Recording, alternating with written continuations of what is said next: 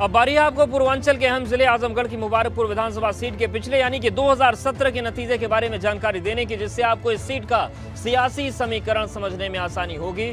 2017 विधानसभा चुनाव में मुबारकपुर विधानसभा सीट पर करीब 61% मतदान हुआ और बसपा के शाह आलम उर्फ गुड्डू जमाली ने इस सीट से जीत दर्ज की। उन्होंने सपा के अखिलेश यादव को चुनाव में मात दी थी। अब बारी आपको आजमगढ़ की मुबारकपुर सीट के पिछले 3 नतीजों के बारे में जानकारी देने की, जिससे आपको यहां का सियासी और चुनावी इतिहास पता चलेगा। 2007 की बात करें तो मुबारकपुर सीट पर बसपा के चंद्रदेव राम यादव विधायक बने, जो 2002 में भी इस सीट से बसपा विधायक रहे थे। वहीं 2012 में इस सीट से शाह आलम उर्फ गुड्डू जमाली ने बसपा से चुनाव जीता और 2017 में भी बसपा से शाह आलम ने ही इस सीट पर जीत दर्ज की है। तो ये यहाँ का हम चुनावी इतिहास आपको बता रहे हैं। 2007 में बसपा से चंद्रदेव राम यादव थे, 2012 में चेहरा बदला लेकिन जीत का सिलसिला बीएसपी का बरकरार रहा। शाह आलम 2012 में भी जीते और 2017 में भी चुनाव जीते। तो ये इस सीट का चुनावी इतिहास आपके सामने था। बारी है आपको आजमगढ़ की मुबारकपुर विधानसभा सीट के उन सियासी कद्दावर चेहरों के बारे में जानकारी देने की, जो 2022 के लिए मजबूत दावेदारी पेश कर रहे हैं और अपनी जीत का दम भर रहे हैं। इस फहरिस्त में पहला नंबर आता है मौजूदा विधायक शाह आलम उर्फ गुड्डू जमाली का, जो बसपा छोड़ चुके हैं और इनके सपा में जाने के कयास लग रहे हैं। दूसरे नंबर पर बसपा के अब्दुल सलाम हैं, जिन्हें बसपा ने अपना प्रत्याशी घोषित कर दिया है।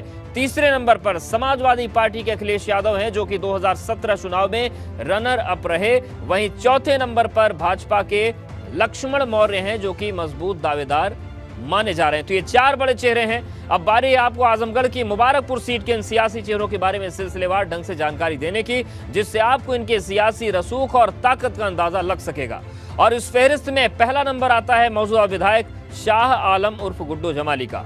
शाह आलम उर्फ गुड्डू जमाली इस सीट से 2012 और 2017 में बसपा से लगातार चुनाव जीते और मौजूदा विधायक हैं। शाह आलम बसपा छोड़ चुके हैं, कई बार अखिलेश यादव से इनकी मुलाकात हुई और ऐसे में इनके सपा में शामिल होने के कयास लगाए जा रहे हैं। शाह आलम की मुबारकपुर के मुस्लिम और दलित तबके के बीच मजबूत पैठ मानी जाती है और इन्हीं खूबियों के साथ ये 2022 के लिए दावेदारी पेश कर रहे हैं। हालांकि ये किस पार्टी से चुनाव लड़ेंगे ये अभी तक साफ नहीं हो पाया है।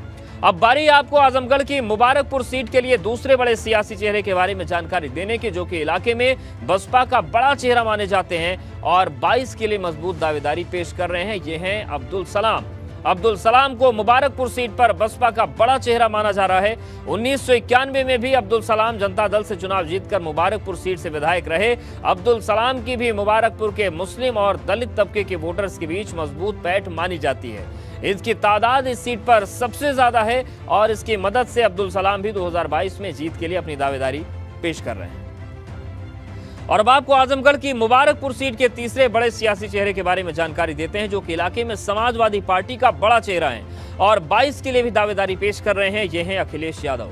अखिलेश यादव 2012 और 2017 विधानसभा चुनाव में सपा से इस सीट पर रनर अप रहे। अखिलेश यादव की मुबारकपुर के यादव वोटर्स के बीच मजबूत पैठ है, जिनकी तादाद भी इस सीट पर अच्छी खासी है। अखिलेश यादव के इलाके के मुस्लिम और राजभर वोटर के बीच भी अच्छी पकड़ मानी जाती है, जिसकी बदौलत ये भी 2022 के लिए सपा से मजबूत दावेदारी पेश करते हुए नजर आ रहे हैं। और अब बारी आपको आजमगढ़ की मुबारकपुर सीट के चौथे बड़े सियासी चेहरे से रूबरू कराने की, जो कि इलाके में भाजपा का बड़ा चेहरा है और जीत के लिए अपनी दावेदारी पेश कर रहे हैं। ये हैं लक्ष्मण मौर्य। लक्ष्मण मौर्य की पहचान मुबारकपुर इलाके में बड़े भाजपा के नेता के तौर पर होती है। लोगों से इनकी अच्छी जान पहचान है। लक्ष्मण मौर्य की मुबारकपुर के सवर्ण तबके के बीच बेहद मजबूत पकड़ मानी जाती है। हालांकि सवर्ण वोटर यहां तक निर्णायक भूमिका में नहीं है। लक्ष्मण मौर्य की दलित और ओबीसी वर्ग के बीच भी मजबूत पैठ मानी जाती है और इसी की बदौलत ये भी 2022 में भाजपा के टिकट के लिए मजबूत दावेदारी पेश कर रहे हैं।